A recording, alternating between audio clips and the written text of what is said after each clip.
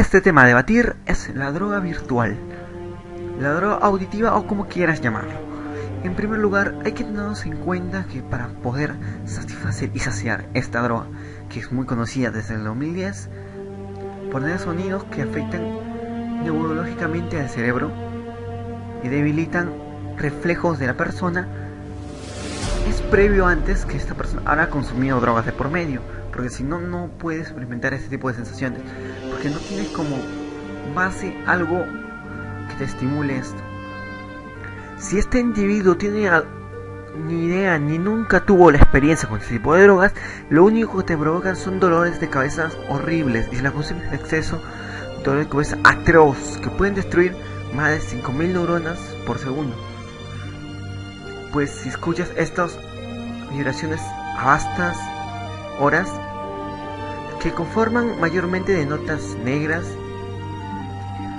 la persona que consume esta droga en exceso y afirma que es posible experimentar éxtasis, alucinaciones iguales como si estuvieras consumiendo, es así. Esta droga no es tan dañina, pero sí lo suficiente para devastar una cavidad craneal.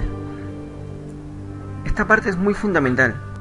Explicándolo más claramente, te devasta el cerebro y obstruye el paso de neuronas y creación de nuevas neuronas en la cabeza. Son como esos de darte un golpe en la cabeza, tanto que dolerá como el carajo. Poco a poco, equilibrio y coordinación se perderán. No tendrás reflejos y estarás repentinamente cansado y acalorado. Por lo que en eso hay similitud con las drogas originales, porque te devastan de la misma forma.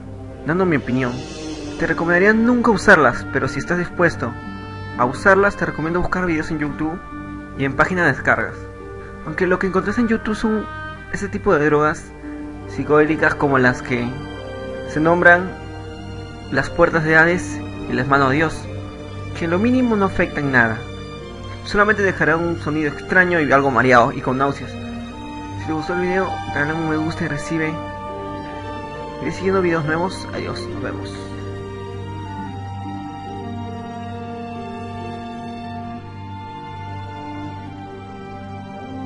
Imágenes de impacto, un espantoso incidente casi le cuesta la vida a una mujer en Brasil, y es que un sujeto que estaba fuera de sí, aparentemente por sufrir problemas mentales, la empujó hacia los rieles del metro. La víctima terminó con un brazo